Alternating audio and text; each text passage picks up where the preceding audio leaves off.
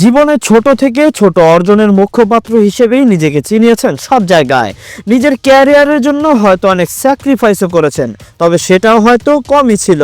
এত আলোচনার শুরুটা হয়তো বিশ্বকাপে কলম্বিয়ার বিপক্ষে ইনজুরি না হলে ঘটতো না।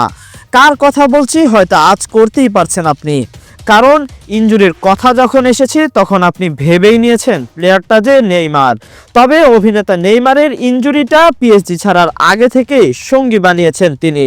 ইউরোপ ছেড়েছেন, এসেছেন মরুভূমির দেশে, তবে সব কিছু নেইমারকে ছাড়লেও ইনজুরি তাকে ছাড়েইনি। আল হিলালের হয়ে যতবারই মাঠে নেমেছেন সময়টা হয়তো হাতের করেও গোনা যাবে। যেখানে নেইমার খেলতেই পারছেন না সেখানে নেইমারকে নিয়ে কথা উঠবে, এটাই স্বাভাবিক।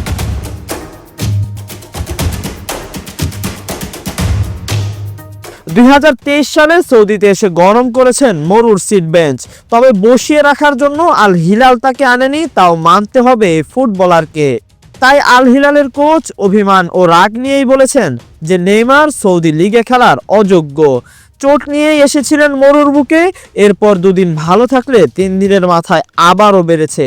লম্বা সময় চোট কাটিয়ে উঠে আবারও গত বছর নভেম্বরে বন্ধু ইনজুরিকে ডাক দিয়েছেন নেইমার। আল হিলালের হয়ে নেইমার সে বছর খেলেছেন কেবল 2 ম্যাচ, তাও হাতে গোনা মোটে 42 মিনিট। এমন অবস্থায় নেইমারের সাথে আর নতুন করে চুক্তিতে যাবে না আল হিলাল। আল হিলালের কোচ বলেন, নেইমার আসলে এই লেভেলে খেলার যোগ্যতা হারিয়েছে। যখন আমি দল গঠন করেছিলাম তখন তাকে ও আলেকজান্ডার মিত্রোভিচকে গুরুত্ব দিয়ে করেছিলাম, কিন্তু নেইমার তখনই পড়েছেন ইনজুরিতে। সে গত 14-15 মাস মাঠের বাহিরে, এখন সে কঠিন পরিস্থিতিতে ফেলেছে। নেইমারের চুক্তি এখন আছে, কিন্তু তাকে ধরে রাখা হয়নি। এই দলবদল চলবে 31শে জানুয়ারি পর্যন্ত। আমি এমন কিছু এখন বলতে চাই না যা আমি জানি না।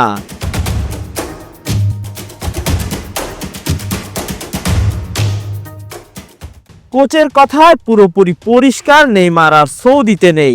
সেক্ষেত্রে নেইমারের নতুন ঠিকানা কোথায় সেটা হয়তো সময়ই বলে দেবে। তবে নতুন করে গুঞ্জন শোনা যাচ্ছে আমেরিকার শিকাগো ফায়ারে যেতে পারেন এই ফুটবলার।